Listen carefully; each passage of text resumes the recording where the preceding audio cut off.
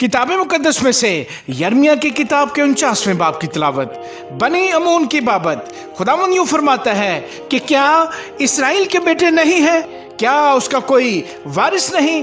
फिर मिल्कोम ने क्यों जद पर कब्जा कर लिया और उसके लोग उसके शहरों में क्यों बसते हैं? इसलिए देख वो दिन आते हैं, खुदावंद फरमाता है कि मैं बनी अमून के रबा में लड़ाई का हुल्लड़ बर्पा करूंगा और वो खंडर हो जाएगा और उसकी बेटियां आग से जलाई जाएंगी। तब इसराइल उनका जो उसके वारिस बन बैठे थे वारिस होगा।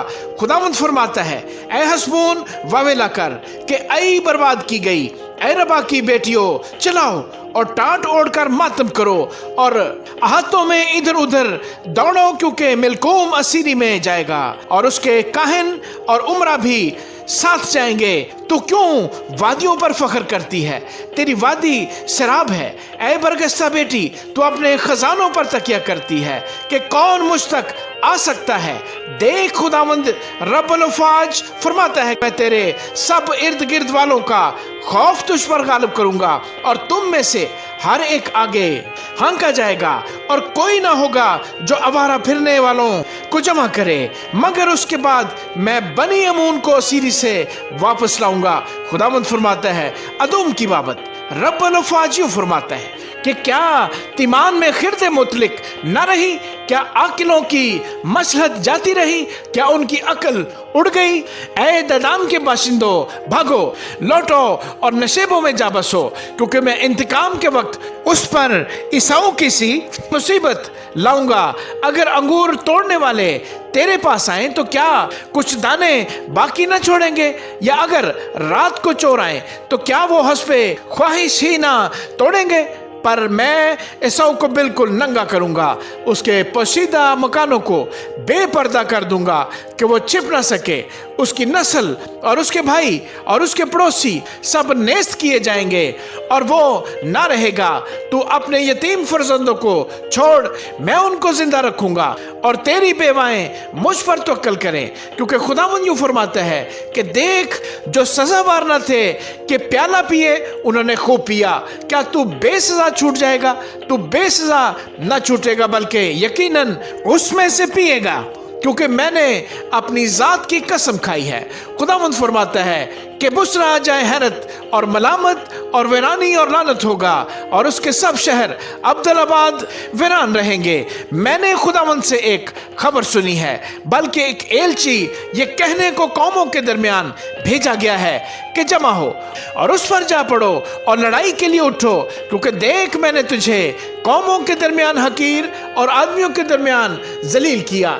तेरी हैबत और तेरे दिल के गरूर ने तुझे फरेब दिया है। ऐ तू जो चट्टानों के शिगाफों में रहती है और पहाड़ों की चोटियों पर काबिज है, अगरचे तू उकाब की तरह अपना आशियाना बुलंदी पर बनाए तो भी मैं वहां से तुझे नीचे उतारूंगा।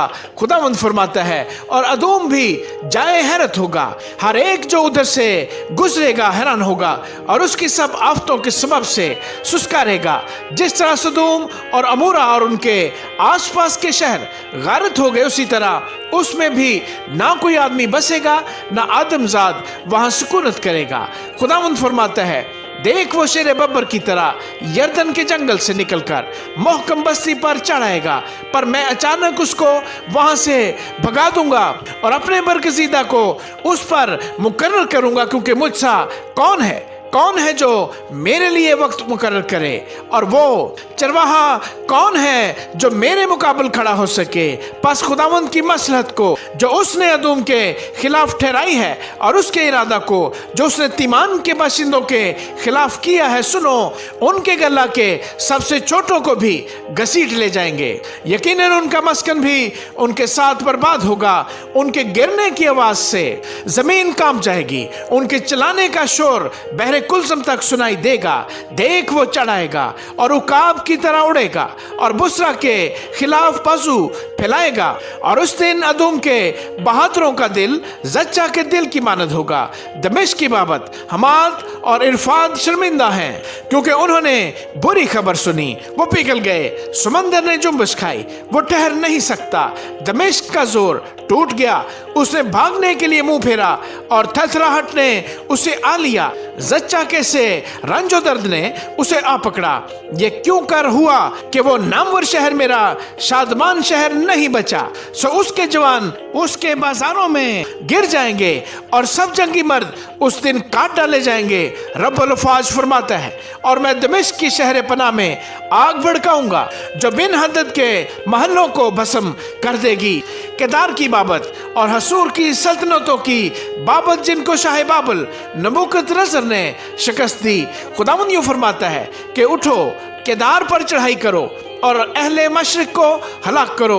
वो उनके खेमों और गल्लों को ले लेंगे, उनके पर्दों और बर्तनों और ऊँटों को छीन ले जाएंगे, और वो चिल्लाकर उनसे कहेंगे कि चारों तरफ खौफ है, भागो दूर निकल जाओ, नशेब में बसो ऐ हसूर के बाशिंदों।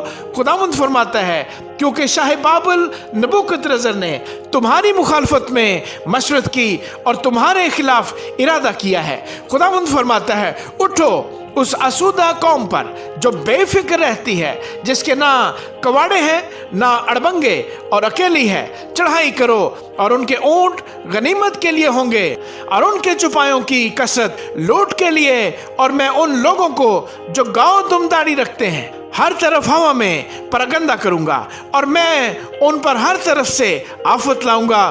खुदावंद फरमाता है, और हसूर गिदरों का मुकाम हमेशा का वीराना होगा, ना कोई आदमी वहां बसेगा और ना कोई आदमजाद उसमें सुकूनत करेगा।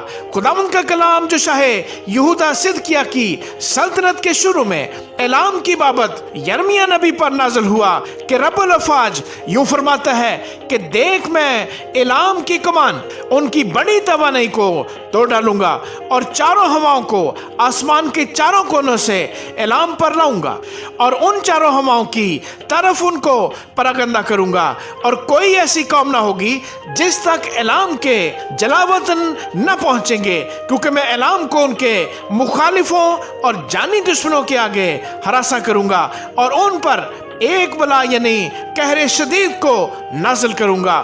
खुदावंद फरमाता है, और तलवार को उनके पीछे लगा दूंगा यहाँ तक कि उनको नाबूद कर डालूंगा, और मैं अपना तख्त एलाम में रखूंगा और वहां से बादशाह और उमरा को नाबूद करूंगा। खुदावंद फरमाता है, पर आखिरी दिनों में यूं होगा कि मैं एलाम को असीरी से वापस लाऊंगा। खुदावंद फरमाता है, आमीन।